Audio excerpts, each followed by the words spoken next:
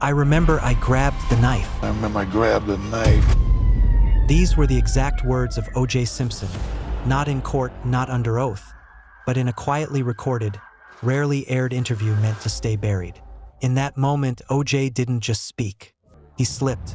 He blurred the line between denial and confession. And America shuddered. A white Ford Bronco glides down the freeway at 60 miles per hour. Inside, a fallen football god clutches a handgun to his head. 95 million people are watching live. Police officers and viewers alike are confused. Is O.J. Simpson being kidnapped? Or is he moments away from suicide, the gun trembling at his own temple? The evidence was overwhelming. If it doesn't fit, you must acquit. Blood, DNA, gloves, screams, 911 calls. Yet the man whose guilt seemed certain walked free. So how did the justice system fail? How did a nation become obsessed with a murder case that split it right down the middle? And what really happened that night? When Nicole Brown Simpson and Ron Goldman were brutally murdered. This is the story of O.J. Simpson. On July 9, 1947, in San Francisco, California, a boy was born who would one day become a household name. His name? Orenthal James Simpson, but the world knew him simply as O.J. He wasn't just a football player. He was electric. With blazing speed and unstoppable talent, O.J. tore through defenses and carved his name into NFL history. He played mainly for the Buffalo Bills, shattered records, captured hearts, and eventually earned his place in the Pro Football Hall of Fame. But he didn't stop there. After football, O.J. stepped into the spotlight in a new way. He became a movie star, a commercial icon, a face you couldn't miss. From the Naked Gun films to smiling on billboards across the country, O.J. Simpson became a symbol of success. A Heisman Trophy winner, a pitchman, a man embraced by Hollywood. To millions, he was untouchable. But behind the charm, there was a darker side. His ex-wife, Nicole Brown Simpson, knew that side all too well. There were bruises, screaming matches, police at the door more than once.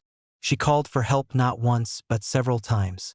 In one chilling phone call, her voice shaking, she told the emergency operator, "He's going to kill me." By 1992, the marriage ended in divorce. But obsession doesn't stop when the papers are signed. It doesn't honor court orders. And it doesn't care about fear. Then came 1994, and everything changed.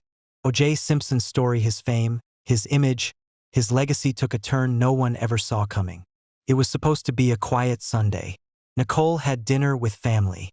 Ronald Goldman, a restaurant waiter and friend, stopped by to return a pair of glasses left behind by Nicole's mother. Moments later, both would be dead, brutally stabbed and slashed, nearly decapitated outside Nicole's Brentwood condo. Blood soaked the walkway. Nicole's dog, a white Akita, barked endlessly, its paws stained red.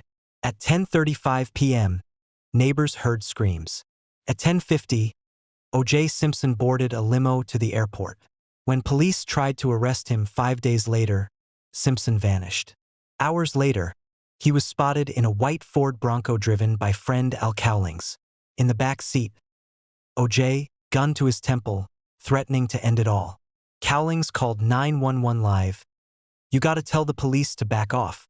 He's still alive, but he's got a gun to his head." The nation watched live. Businesses stopped. TV stations cut away from the NBA Finals. O.J. finally surrendered in his driveway. Inside the Bronco, $8,750 in cash, passport, a fake goatee, a loaded gun. Was he running or rehearsing an escape?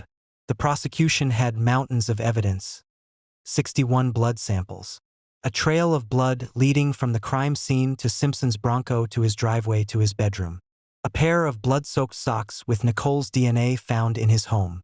A glove, its match found beside the bodies, discovered behind Simpson's guest house. But Simpson had something more powerful than innocence. He had a $5 million defense team. Johnny Cochran, Robert Shapiro, Francis Lee Bailey, Alan Dershowitz, Barry Scheck, experts in creating doubt, sowing mistrust, bending perception. And they had a weapon, LAPD Detective Mark Furman.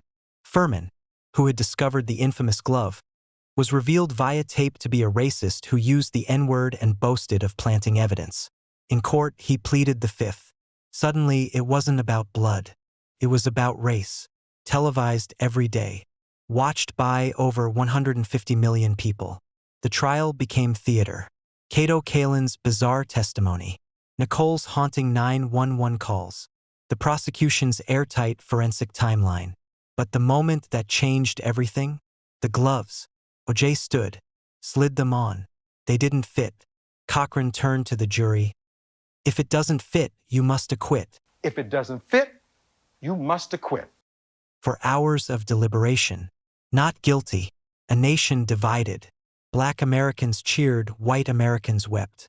Justice, it seemed, wore a different face depending on your past. A year later, in civil court, OJ was found liable for the deaths. Ordered to pay $33.5 million to the families. No cameras. No theatrics. Just evidence and a different burden of proof. Then came the book. If I Did It. In a 2006 interview tied to the book, OJ gives a hypothetical account. I remember I grabbed a knife. I'm standing there and there's all kind of blood and stuff around. The words slip from third person into first. The mask cracks. He smiles as he speaks. In 2007, Simpson broke into a Las Vegas hotel room with armed men to recover sports memorabilia. He was convicted of armed robbery and kidnapping. 33 years in prison. A poetic number. A sentence Nicole and Ron never got. He was paroled in 2017. OJ didn't just walk free. He walked through the cracks of our system. And the world watched. Our condolences are with Nicole Brown and Ron Goldman. Do you think OJ Simpson was guilty or not? Subscribe for more true crime stories.